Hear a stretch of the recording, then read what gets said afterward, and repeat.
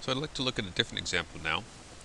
Given two six-sided dice, I'd like to determine the probability, P here, the probability that the sum is a power of 3. To do that, we're going to use a different tool than a probability tree.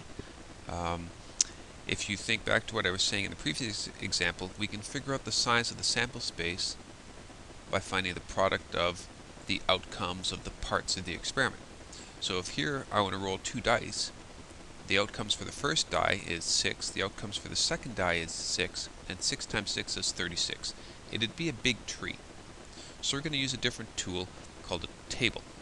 And it's easy to set up. If you list your outcomes for the first die, 1, 2, 3, 4, 5, and 6, and for the second die has 1 and 2 and 3, 4, 5, and 6. Then you can make a table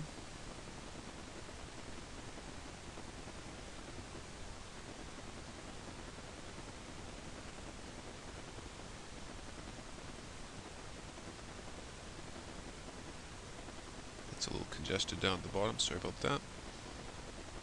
And each of the spaces inside that table, hopefully you guys are doing a slightly cleaner job than this one. Let me get rid of all those background lines.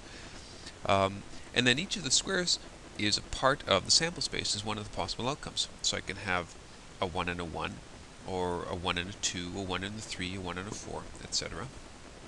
So it could look like 1 comma 1, 1 comma 2, 1 comma 3, and so on down to, and if you needed to, you could fill it all the way down to 6 comma 6 in the bottom right hand corner.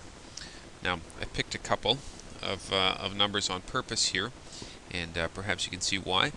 We're looking for numbers that have a sum that is a power of 3. So the powers of 3 are 3, and is 6 a power of 3? I hope you're saying no. But 9 is, right? Because 3 times, or 3 to the power of 2 is 9. So we're looking for sums of 3 and sums of 9. So in this particular case, of the 36 possible outcomes, there's only 6 of them that are a power of 3.